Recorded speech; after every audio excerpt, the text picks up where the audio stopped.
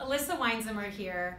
I'm a vocal health educator and the founder of Voice-Body Connection, and today in my How to Warm Up video series, we're going to be talking about resonance again. Now, last time we talked about resonance, we talked about the cheekbone mask forward placement sound that's really pingy, really valuable for our sort of singing Broadway belt sound, or a sound that cuts through space very easily. The sound we're going to talk about today is what I like to call loft resonance, and it's a little bit taller. It resonates our whole skull, and we can feel it all the way up at the top of our head, which is where we're going to be testing it today.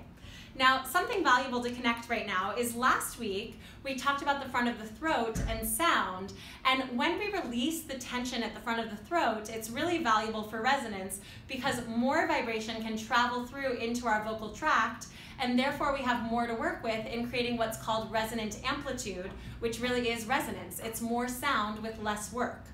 So what we're going to think about now is imagining that that vibration can vibrate our skull, and in fact it really can. So put your hand up at the top of your head, and now here's the fun thing to think about. This is actually, we're going for the baby's soft spot. You know that soft spot on a baby that you used to have when you were young?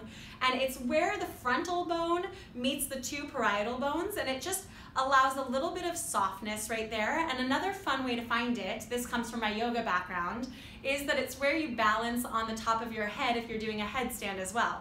Here's a little trick for finding that point.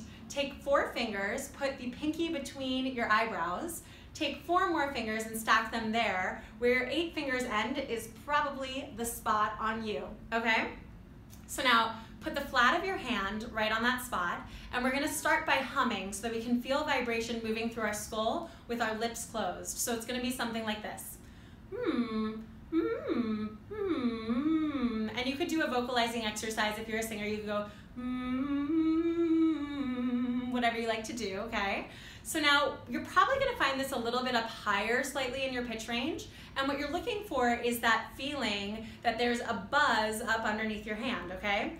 And then once you've found that on an M sound, you can start to take this into open sounds as well. So for instance, you could go ma, ma. Now you'll feel when you open your mouth that the vibration and buzz up here goes away a little bit because now it's traveling out through your mouth quite a bit more, okay?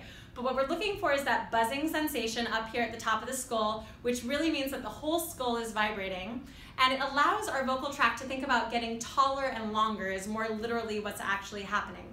When we lengthen our vocal tract, we're going to get more of those resonant tones in a lofty sort of way, if you will.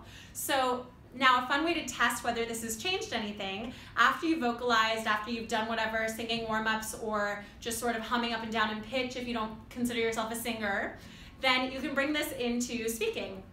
Let's do something super simple, although singers, you can totally sing something. We'll just do this, count up to 10. Ready? 1, 2, 3, 4, 5, 6, 7, 8, 9, 10.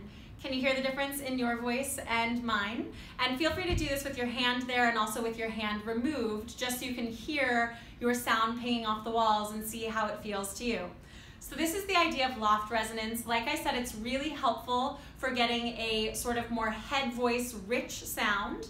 And it's also useful if you want to sound more authoritative, although that's maybe a little bit of a judgment call, right?